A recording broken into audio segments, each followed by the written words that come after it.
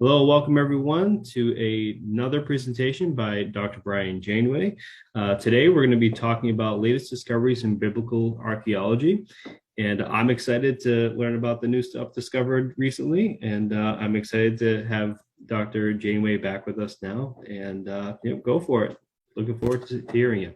Well, thank you, Zach. And it's good to see you again. It's been too long. It's been well over a year, I think it has, since we did our Shroud of Turin talks. So back again here. Thankful to be back at Plymouth to be able to talk about what I have a passion for, that is archaeology in the Bible and what it can tell us and show us and corroborate and strengthen our faith and provide a strong apologetic for the things that we read and we take by faith. But it's always good to have that evidence and know that it's solidly grounded in reality and historical reality. So I put together this talk as sort of a catch-all of some of the latest discoveries that maybe didn't fit into some of the other talks I've given along the way. And so we have a couple of Old Testament and a couple of New Testament discoveries that relate very closely to specific events and verses and people in the Bible. So I like to have sort of a theme verse for my talks. And the one I picked today comes out of the New Testament, and it's when Jesus is he's being reprimanded by the Pharisees. It says some of the Pharisees in the crowd said to him, "Teacher, rebuke your disciples." But Jesus answered them and said, "I tell you, if these become silent, the stones will cry out." And that's something that some archaeologists in the biblical world like to use as a way of sort of highlighting the testimony of archaeology.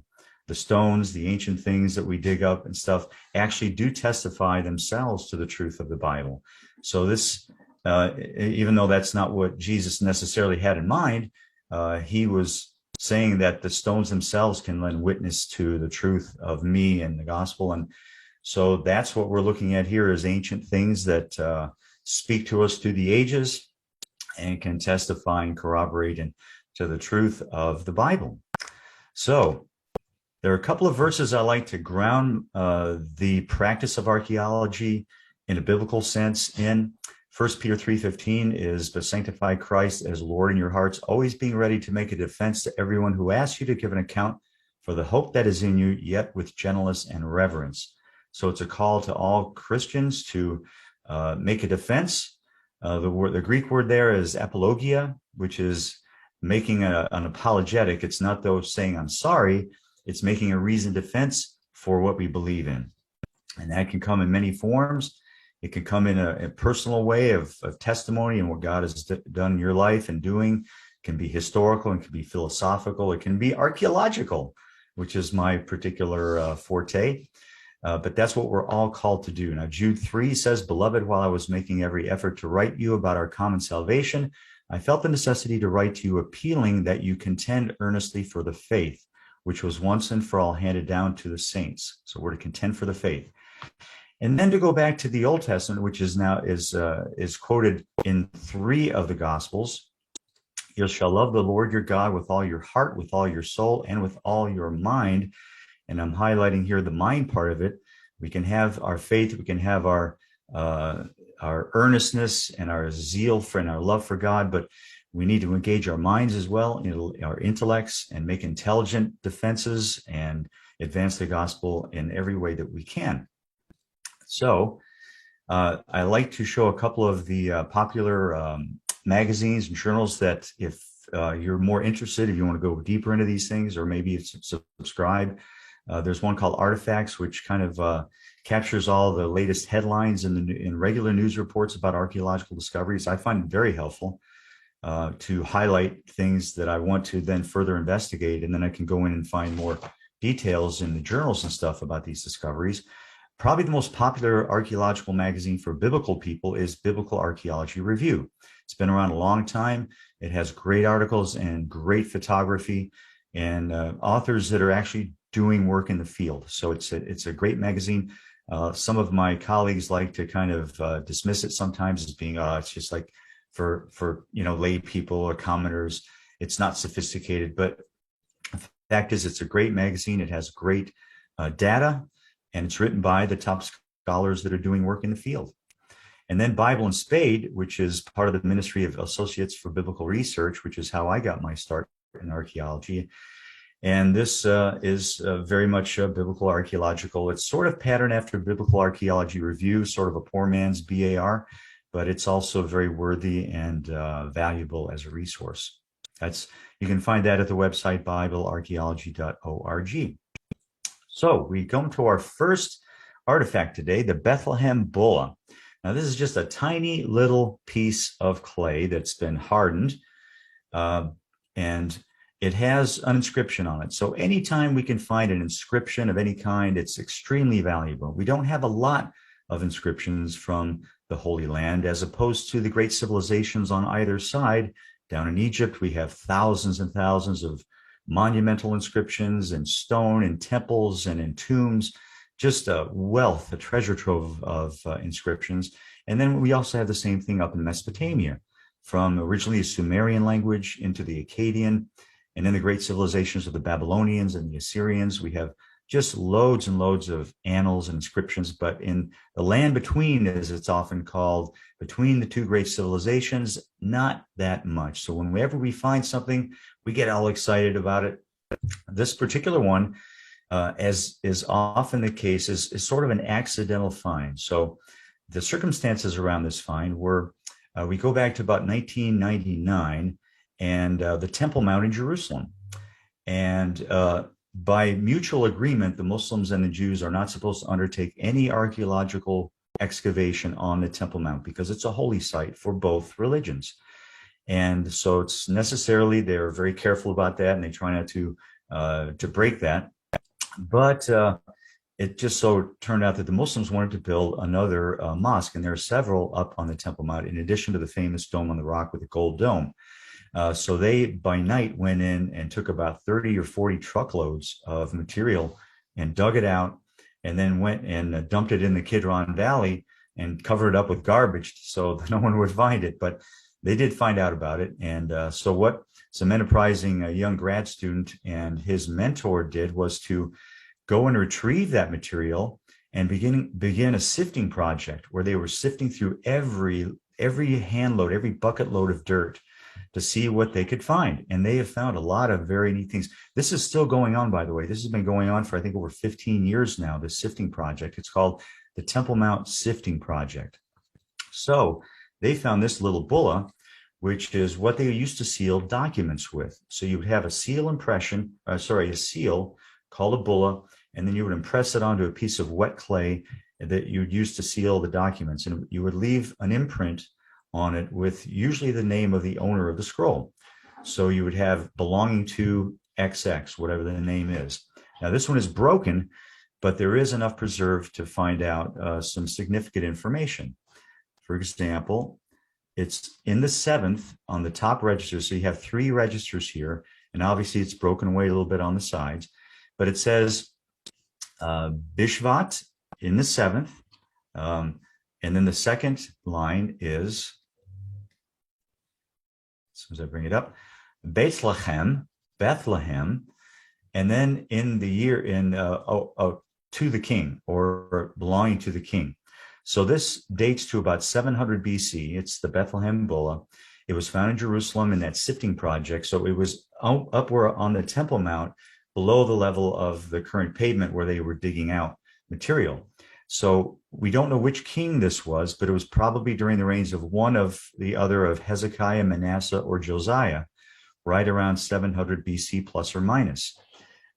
It's not as important to know which king it is, but the fact that it mentions Bethlehem is very significant because this is the oldest inscription that we have of Bethlehem outside of the Bible that is written on an inscription. So it's the first time that we find the name Bethlehem on an inscription outside of the Bible. It's actually a fiscal or administrative bulla, so it was used to send shipments of taxes or taxes in kind to the capital from the outlying cities and provinces. So this would be probably sent on an annual basis, remittances to Jerusalem in the form of silver or agricultural produce such as wine or wheat or maybe olive oil. And then it would be sealed with the the point of origin, this in this case being Bethlehem, and then sent up to Jerusalem. It was found in 2012 by the Temple Mount Sifting Project, and this is just a picture of someone sifting through. They dump out the material, then they kind of wash it over with water and rinse off the dirt, and then they can look through all the pieces to see what they find. And they have found some other inscriptions too, and all kinds of other very interesting objects. But this is probably the most important one that they've found so far. So the name Bethlehem, it means house of bread, but it's also derived from the name of the Akkadian god of fertility, Lechem.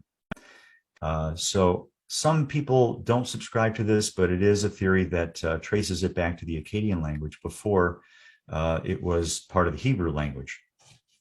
It's possibly means that it was the site of a temple or a house, that is, to the god Lechem. When they excavated, they haven't done a lot of excavations of Bethlehem, but when they did do some, they found a number of tombs and pottery sherds that date the occupation of that site going back to the Bronze Age, which is into the 2000s BC, and also into the Iron Age, but they haven't found any actual buildings or architectural remains yet. Now, they do have another instance where Bethlehem is mentioned in a group of texts or letters called the Amarna letters that were sent to Egypt, to the Pharaoh, during the time of the 14th century BC. That's in the 1300s, when the town was Canaanite. And these letters were written by officials of the various Canaanite cities to the Pharaoh down in Amarna, in his capital city in Egypt, appealing for help to deal with various problems. And they were having problems with these marauding people called Apiru, which very well could be the first Israelites or Hebrews that were coming into the land after Moses first came in, and then Joshua, of course, leading them across the Jordan River.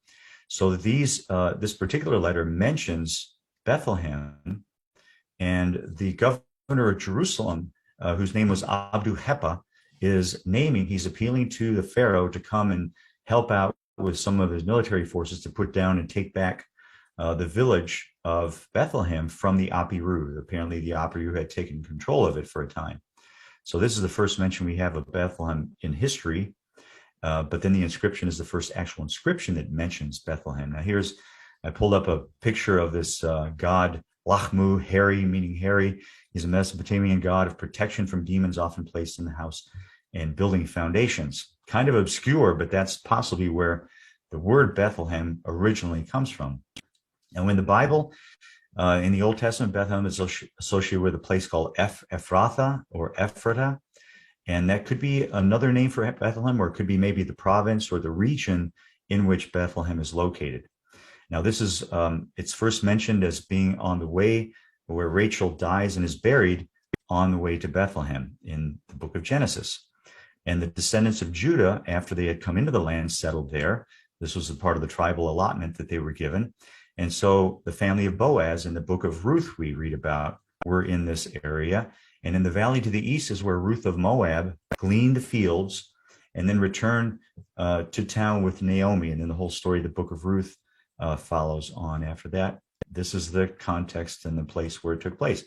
It was also the home of Jesse, the father of King David, and the site of his anointing by the prophet Samuel.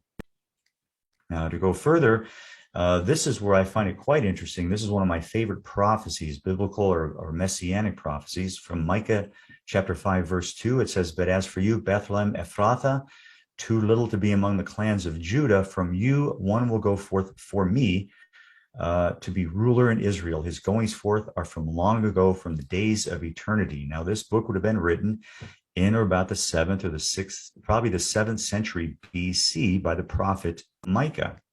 And he mentions Bethlehem as being the origin or the birthplace of the one who is coming for me, for God, to be ruler in Israel. And this, of course, Christians believe is speaking about prophetically about Jesus. And finally, of course, this is the traditional birthplace of Jesus, Bethlehem. And that actually goes back to being venerated as the site of the birthplace, going back to the time of Justin Martyr in the middle of the 2nd century AD. And it wasn't too long after that, once Christianity had become a legalized religion in the Roman Empire under the Emperor Constantine the Great, whose mother was a Christian and probably brought her son to faith.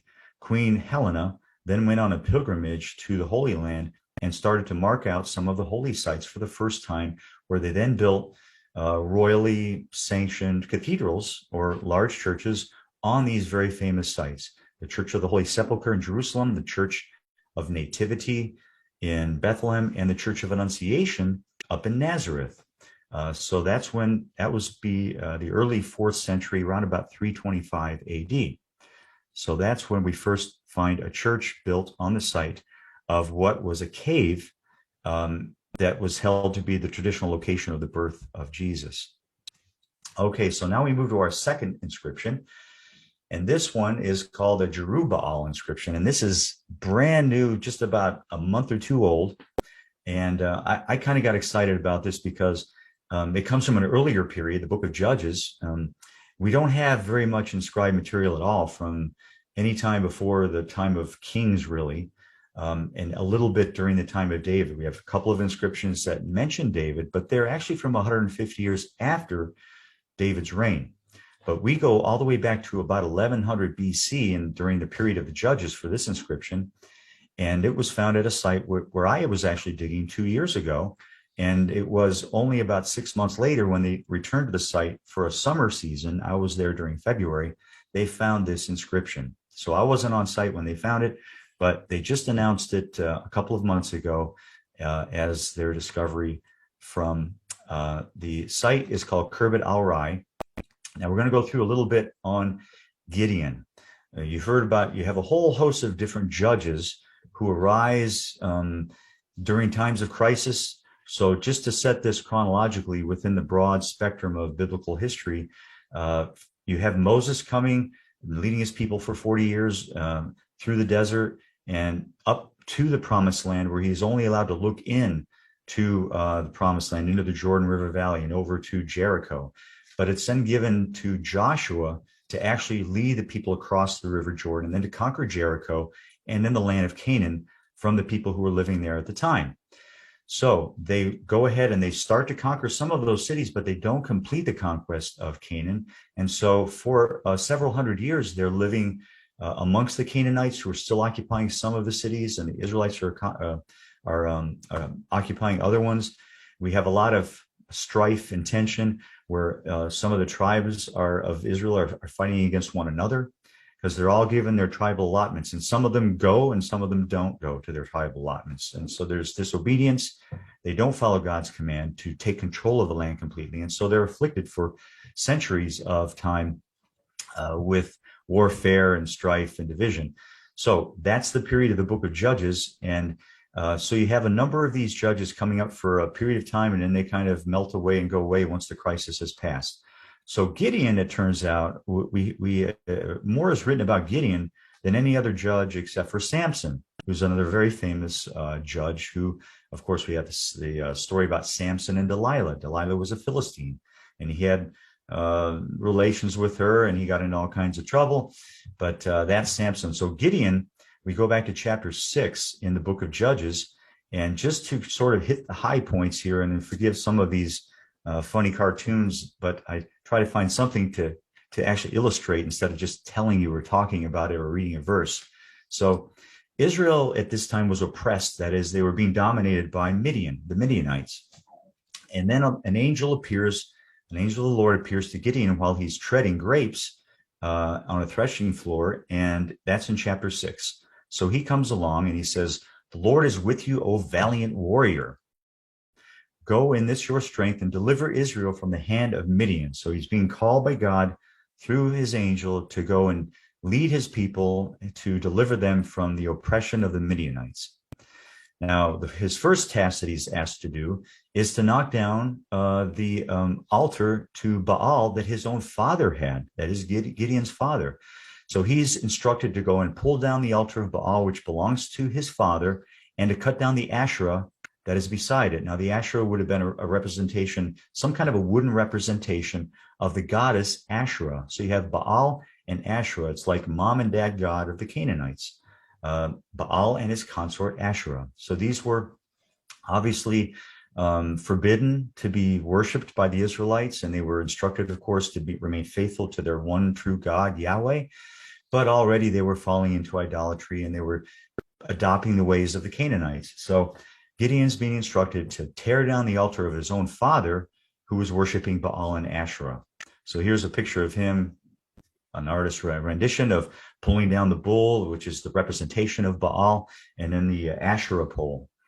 So Gideon, at this point, he fulfills the command, and he's given a new name. The new name is Jerubbaal, and that is to say, let Baal contend against him. That's one of the translations of this name that's given in the book of Judges.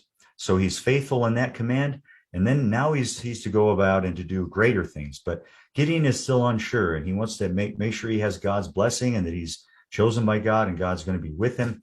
So we have the story of the fleece, where he asks God to wet the fleece when everything else is dry around it, and then to dry the fleece when everything else is wet around it. So this is a depiction of God actually doing that in the presence of Gideon. And so Gideon then is affirmed, and he's given confidence to go then and form up an army. And in a very strange instructions here, he's told to bring these men down to the river to drink, and he's to separate them based upon how they drink the water. It says, you shall separate everyone who laps the water with their tongue as a dog laps, as well as everyone who kneels to drink. So the ones who are lapping up the water like a dog, and you can see some of them here doing that. And then other ones who were kneeling to drink. We don't have that here, but I think we may have it here in this other portrayal of it. So those people are not to be chosen. And then he takes his 300 and he goes and he conquers the Midianites. He takes 300 of his men, and he's instructed to blow the trumpets and smash these pitchers, which they have lights in them, or torches, some kind of a lit torch, maybe using olive oil or something like that. And they're to frighten the camp of the Midianites and to make it seem as if they're much more numerous than they really are. So this ploy works, and he wins a great victory against the Midianites, and he delivers Israel. So that's the end of the story of Gideon, about 3 chapters in the book of Judges. So now we return back to a place called Khirbet al-Rai, which is down here. Now you see here, this is Philistia, where they're living along the coastline. The Israelites are living in the hill country, right down the center of the country. So you can see here that they're kind of in a border zone where they're clashing with the Philistines during this time. Now, Khirbet al-Rai is a very small hilltop site. It's a beautiful place, actually, and it's like a natural preserve here where they've planted a whole forests of trees since 49 or 48. So, and then there's a beautiful groves of almond trees that were in bloom when I was digging there in February. But you can see this is just a fairly small hilltop site, and there were 3 areas that they've excavated here. This one in the top, in the middle, and this one down here. The area down here is where they found this inscription. So a little bit of geography. We're looking west out towards the coastal plain of Philistia. And then to the east, we're getting up into the hills called the Shephelah, or the Shphelah. And then that leads up to the central hill country. And here's another blow up. Now, area A over here is where they found the inscription. Now we're zooming down into the very area where they found it. So we've got sandbags lining the area of excavation here. You can see wall lines and buildings. In this area down here, they found a pit. So this pit is what it looks like here once they finished emptying it out. So it was typical of ancients to dig pits. I mean, they were still digging pits down the colonial period where they were throwing garbage out in the backyard. They would dig a pit and they'd throw their garbage, and it would accumulate over time and eventually would fill up. But archaeologists love pits because there's all kinds of great stuff that they threw away that's preserved in the pits. And it may have been in use for quite some time. So you have a stratification of the pitting, especially in a big pit like this. So what happened was, at some point, they dug into earlier levels of the city and they dug this pit. And then when the excavators, and they started filling it up with garbage and stuff, broken pottery and the like. So when they excavated this pit, they found broken pottery and a couple of pieces of this inscription, which you see here pictured and then drawn. And it has, I think, 7 letters on it. There's 2 pieces they joined together here, and then a third piece they think belongs over here to the left. Now, of course, Hebrew reads from right to left.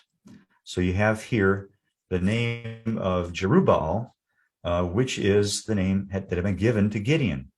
So, and it's also contemporary with Gideon. In Judges chapter 6, we would date to roughly about 1100 BC. So this is contemporary with Gideon, and it's a name that's common only during the period of Judges. It's not a common name found later at all. So it actually matches with what appears to be a real name used during the period of the Judges in around 1100 BC. Now, we would ask the question, well, is this actually Gideon's jar? And that's a question we probably can never answer for sure. You know, it's oftentimes that you find a name on a jar like this, meaning, and it would be the owner of that jar putting his name on it, saying, this is my jar, essentially. But in this case, we don't have the belonging to, but it's probably belonging to Jerubbaal. Now, it so happens that Gideon operated up in the Jezreel Valley, which is in the northern part of the country. This Khirbet al-Rai site is in the south part of the country. Now, it's not impossible that it could be Jerubbaal come down to Khirbet al-Rai, which may actually be the name, the biblical name of Ziklag, but we're not quite sure about that. But at the very least, it's the same name. It could be a name that was fairly common during that time, but it's very coincidental that it's very contemporary with Gideon and Jerubbaal from Judges chapter 6. So pretty amazing find. Okay, we move to our next discovery, which is Naboth's vineyard. Now, you may be familiar with the story of King Ahab and Queen Jezebel. This is very colorful and dramatic and graphic as well. This whole story of Naboth's vineyard and how King Ahab wanted to have it for himself. And we'll go into some of that story later, but I wanted to show you a little bit of the geography here. Here we have Tel Jezreel in the middle of this picture, and then the spring of Ayin Jezreel, which is their water source, right down here in the fields. Now, this is the Jezreel Valley, a very famous valley that cuts right across the sort of the middle of Israel from east to west. It connects the coast to the Jordan River Valley, which you can see in the distance here. And those mountains up at the top here are from in what is today Jordan. And in ancient times, that was Moab. So those are the mountains of Moab up there. And the Jordan River would be in the foreground. You can't quite see it, but it would be right along here. So this is a very strategic area. Tel Megiddo is located just a few miles to the west of us. And this Tel Jezreel is at the most narrowmost point of the Jezreel Valley. So it's very strategic. So here we have Ayin Jezreel, and Mount Gilboa was a famous place where King Saul fought against the Philistines and met his end, and he ended up committing suicide rather than fall into the hands of the Philistines. So that's where Saul meets his maker, and he falls on his sword, and the Philistines take his body and they attach it to a temple as sort of a war trophy over at the site of Beit Sha'an, which is just around the corner of Mount Gilboa here where the battle took place, where Saul was nailed up to the wall. There's the mountains of Moab. This is a view from Tel Jezreel. You can see maybe a little bit better the mountains of Moab out there. This is the spring over here to the right. Here's another close-up of the spring. This is actually, I was just here 2 weeks ago, and this is a very popular watering hole for people to go swimming, for families to go. It's actually a fairly large area, and they have picnic benches and things like that, and the kids are swimming in a nice cool water in the trees. So it's kind of a nice recreation area. Now that's looking across the valley at its narrowmost point to the north. And so I told you that it's a very strategic spot. When they first excavated here years ago, they found that there was an enclosure, like a fortified space. It wasn't a city, and there's really not a city to speak of here, just a very thin settlement, but this enclosure was fairly significant, and it dates to the time of King Ahab.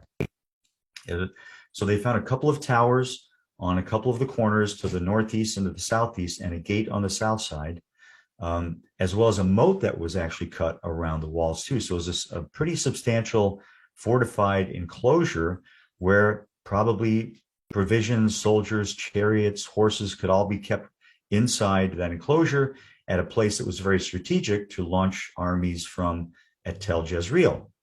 So in the biblical text, now Ahab is said that he calls this his house, whatever this enclosure, which is what we think it was. The narrator of this story calls it a hekal, which is a loan word from the Akkadian from the word ikalu, which means great house. Now that could be a temple, it could be a palace, but it could be something else. The excavator most recent of this area relates it to a term called ikal masarti, which is a review palace or a military headquarters of sorts. As I said, there's really not much of an evidence of a town settlement here on the tell that's been discovered yet. Rather, she calls it was more like an army mustering station, this enclosure. This is some rough outlines of what they found in the enclosure. So here you have a couple of the towers. Here's the gate on the south side.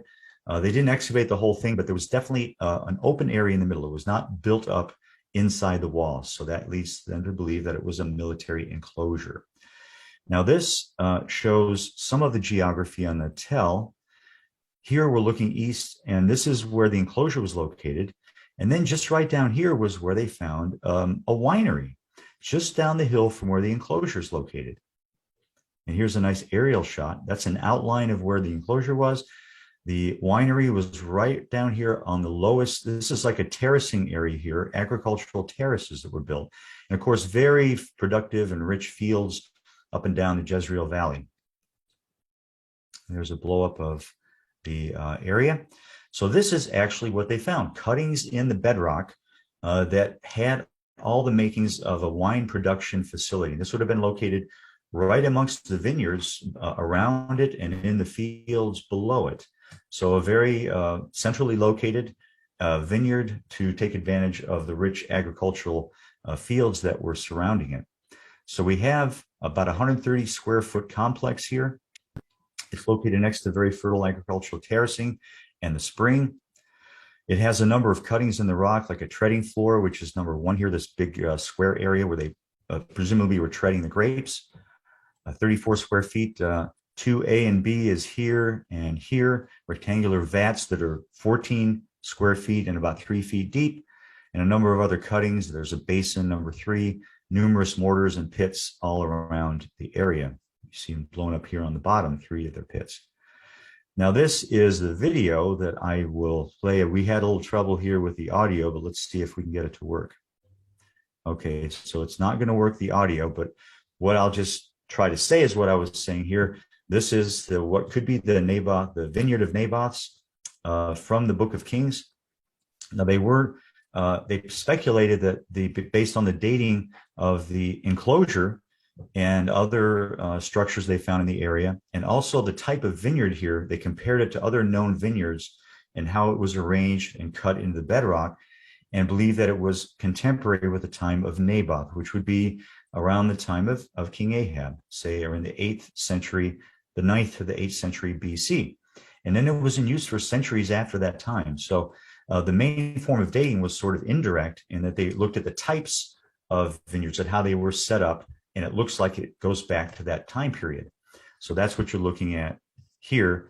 And it's quite an amazing find because there haven't been too many of these found, but the fact that it was found at Jezreel, one of the very famous story about Naboth. So what happened here was King Ahab asked him if he would sell his vineyard to him, and Naboth, it was a family vineyard. He didn't want any part of it. He said, basically go jump in a lake. I'm not going to sell you my vineyard.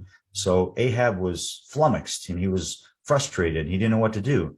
And so Queen Jezebel steps in at that point and says, I'll take care of things. So she arranges for sort of a frame job.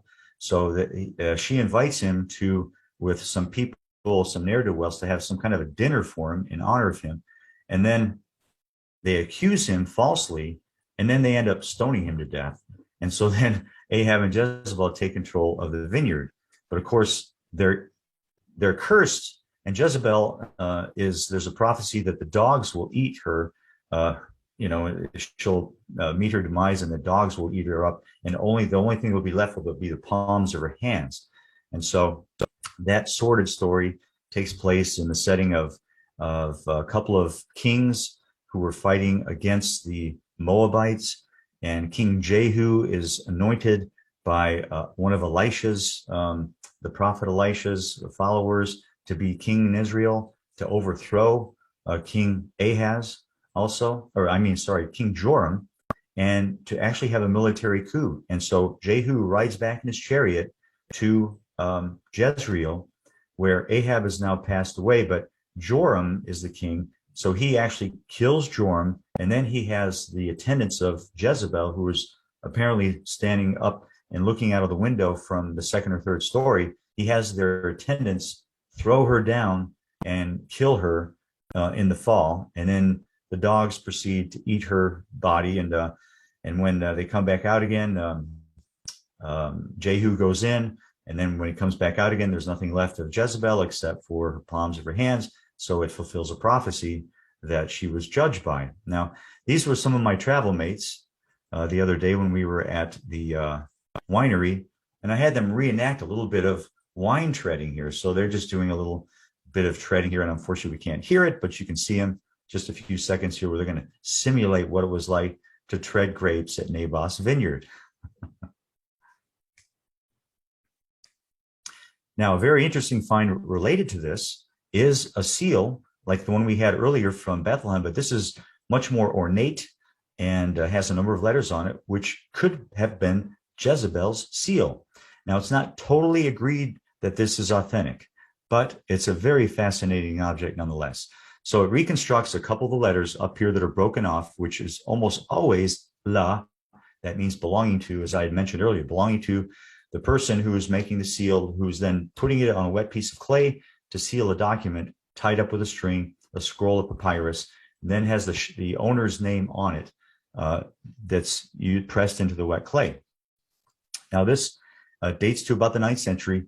It says belonging to Jezebel, and it has just the consonants, which is how they write the ancient Hebrew and Canaanite. And then you have to fill in the vowels yourself. But if you knew the language well, you would know what the vowels were.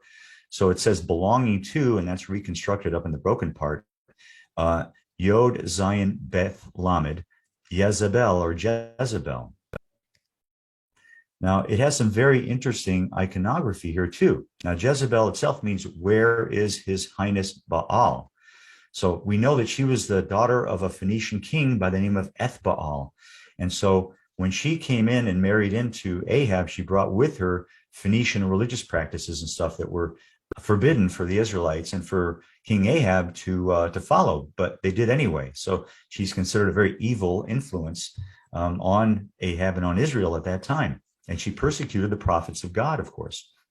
Now, she, being the daughter of Phoenician king Ethbaal, it identifies her as a Canaanite goddess, Anat, who's a Canaanite goddess, or an Egyptian Hathor Isis, beloved of Baal. Her name is correctly spelled according to the way it's spelled in the Bible. So it's Yod Zion Beit Lamed, Jezebel. Some of the iconography looks very Egyptian. This is like a sphinx, so you can see here on the top register with wings. And that's very common for the Phoenicians to imitate Egyptian iconography. They had close relations with Egypt over many centuries, they did, or to say Lebanon. That is ancient Phoenicia. It has a female face on the Sphinx and a crown that's in the style of Hathor, which is one of the gods of Egypt. And also has an ankh. You'll recognize, perhaps some of you here, that looks like a cross with a circle on the top. And that's an Egyptian symbol of life. It has a winged disc up here on the top or in the middle, and then a double uraeus, which are snakes or cobras with like a disc over them, which is another way of representing deity. And then a falcon, which is actually how Hathor is represented. So it's very Egyptianizing this, which wouldn't be surprising if it was Jezebel, who was a Phoenician, imitating these Egyptian forms. So letters Yod and Lamed are also Phoenician in style, in the way they're written. So that is the seal of Queen Jezebel. And we move to the New Testament. We have a couple things here. This is the Pool of Bethesda. And this comes up in John chapter 5.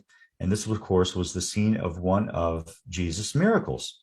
Now, this is actually a painting in the chapel at St. Anne's, which is a French Catholic church in the old city of Jerusalem. I was there also a couple of weeks ago, and this was a beautiful painting they had inside one of the chapels, which shows Jesus healing the lame man here at the Pool of Bethesda.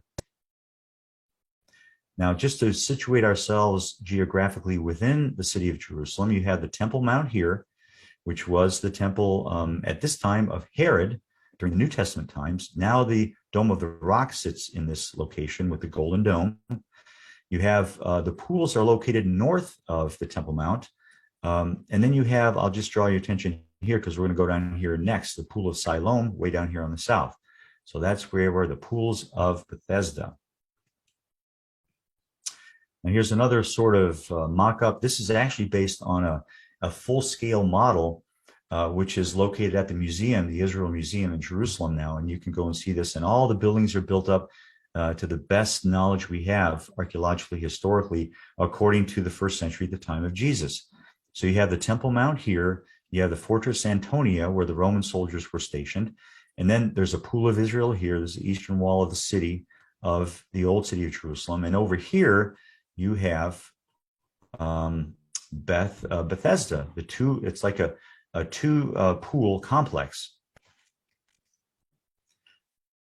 So the book of John says, now in Jerusalem by the sheep gate, there is a pool which in Hebrew is called Bethesda, having 5 porticos. So John says there are 5 porticos. That's rows of columns that surround the pool.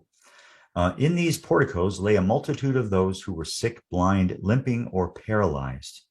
So he gives us a couple of clues and things to look for if we were to excavate someplace or find someplace of what it might look like. And here's a depiction of him healing the man. Now, a man was there who had been ill for 38 years. Jesus, upon seeing this man lying there and knowing that he had already been in that condition for a long time, said to him, "Do you want to get well?" The sick man answered him, "Sir, I have no man to put me into the pool when the water is stirred up. But while I am coming, another steps down before me." Jesus said to him, "Get up, pick up your pallet and walk." Immediately the man became well and picked up his pallet and began to walk. So here's again that model, and you can see all these giant people. Actually, you can get a sense of the scale of the model looking at these people that are looking in on it. You can't actually walk into it. You can just walk around it and look in. So you have here the Temple of Herod, and just to the north, here's the Fortress Antonia. And then this double pool complex, a northern pool and a southern pool, and then what would be the 5th portico here. So you have 4 sides, and then essentially a divider in between the 2 pools, which would be the 5th portico. And that's exactly what they found when they excavated here. There's a nice little blow up of it. And you notice that one is higher than the other. The northern pool is actually physically higher than the lower one. What Bethesda means itself is house of mercy or place of flowing water, which fits what we read about in the book of John. The northern pool actually began as a dammed up pool or reservoir known as the upper pool during Old Testament times, going back to the 8th century. So this is going down through from higher to lower ground as it comes down towards the temple in a little sort of, not a deep ravine, but sort of a depression where water would flow. And then they built a reservoir there with a dam. So that's how it began. Then in the lower pool was added about 200 BC.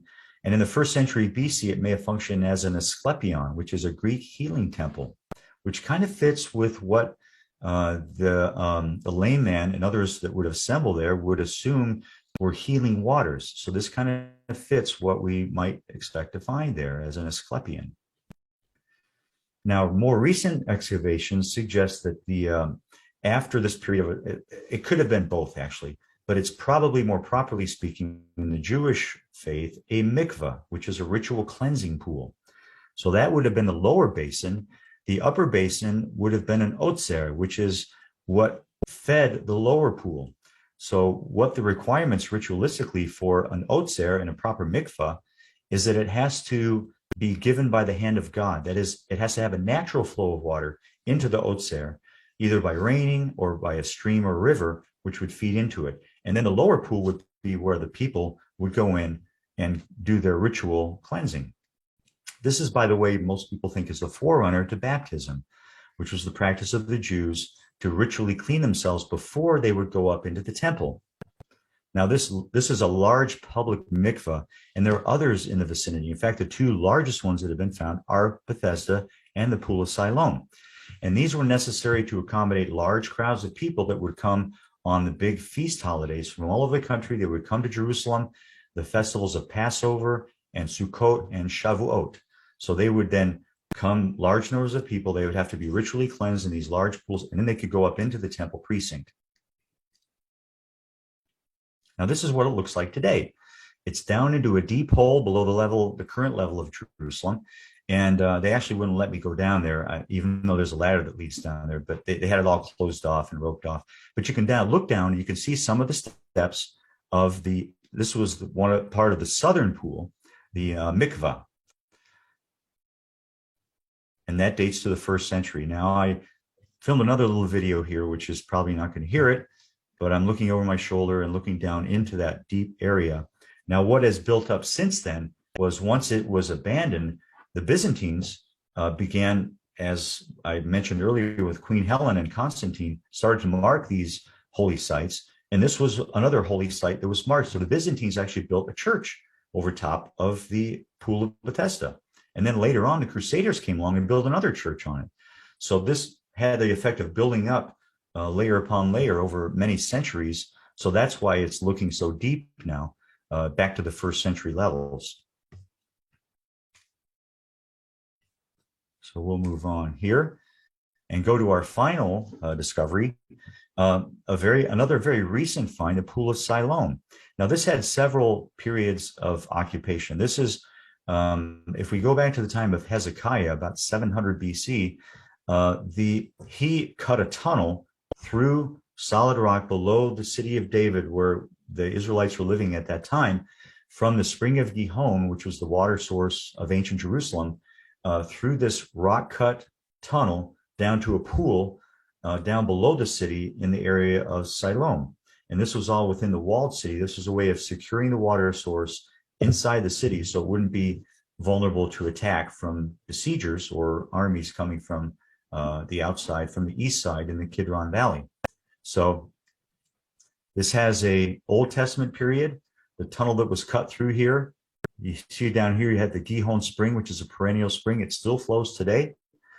You can walk through this tunnel where the water is still flowing. And then you emerge at the other end with the Pool of Siloam. So it had an Old Testament period, it had a New Testament period, and it had a Byzantine period as well. So here's another sort of mock-up of what it looked like at that time. Actually today, because it has the Dome of the Rock there, which is not that old, it's 7th century AD. But here's the Spring of Gihon. I have a little red arrow showing where that is, and that's open. But then it's cut into the tunnel, and it weaves its way through solid rock, and it empties out down here where the Pool of Siloam is. Now, this is what it looks like today from afar, and with some trees in the foreground. And looking along this is looking east towards the sort of the Mount of Olives, but you can see this is what we call monumental architecture. It's a large public structure with big stairways and lots of, it's something like 200 feet long. And here's looking the other direction. Now you notice it's running it's actually trapezoidal in shape. It's not rectangular. And half of it's still unexcavated because it's under a modern Greek Orthodox church yard. And unless they decide they want to dig up their churchyard, it will remain unexcavated. But it was actually found by accident back in 2004 when they were repairing some sewage pipes or something, and they came upon these stairs that started to emerge that indicated there was something significant there. So this is what it might have looked like back in its heyday, back in the 1st, 2nd centuries. Here it is with people standing around. And here he is healing the lame man. So it says, while I am in the world, I am the light of the world, Jesus says. When he had said this, he spat on the ground and made clay of the spittle and applied the clay to his eyes, to the man's eyes, and said to him, go wash in the Pool of Siloam. So he went away and washed and came back seeing. Therefore, the neighbors and those who previously saw him as a beggar were saying, is not this the one who used to sit and beg? And of course, after that, the Pharisees get wind of this, and they ask him, they interrogate him, saying, who did this to you, or who did this for you? He has no idea. He says, I don't know who he was, but all I know is that he came along and he did this, and now I can see. So this, of course, got the Pharisees quite irate, and this started to build their case against Jesus and his healings and his miraculous healings, which were not making them happy and threatening their power. So with that, I think we're right about out of time. I hope I didn't go too far over, Zach, but we've covered a couple of Old Testament finds and a couple of New Testament finds, all which are directly related to the things we read of in the Bible, and provide outstanding testimony to the truth of those things. So I'll finish there, and if you have any questions, fire away. Another excellent presentation. We appreciate it very much. I'm actually going to leave questions. I wanted to engage our audience. So these videos will be going online on places where you can leave comments. So please do leave comments, questions, and we will do our best to have Dr. Janeway address them as they come in. You can do that by visiting our Facebook page, our YouTube channel, and subscribing to the YouTube channel and liking the Facebook page. If you want to know more about these presentations, we plan to have more of these, maybe not necessarily over Zoom, some in person in the coming months. So visit plymouthmiami.org. And if you are interested in being on our mailing list, please email inquiries@plymouthmiami.org. All the information is in the description below. And please do leave questions or comments as you would like. So Dr. Janeway, thank you again for your time and your expertise. We are truly grateful. Well, I'm grateful as well. I love the folks at Plymouth, and I look forward to seeing you guys in person again, because one of the best crowds I've ever had, most enthusiastic and interested and engaged. When I spoke there, it's now been 2 years ago, I think. But I look forward to doing that in person again. So thanks very much for the opportunity. Absolutely. And if you want to be part of that crowd, please follow us on the appropriate channels and subscribe to our newsletter. Thank you very much. All right. Thank you.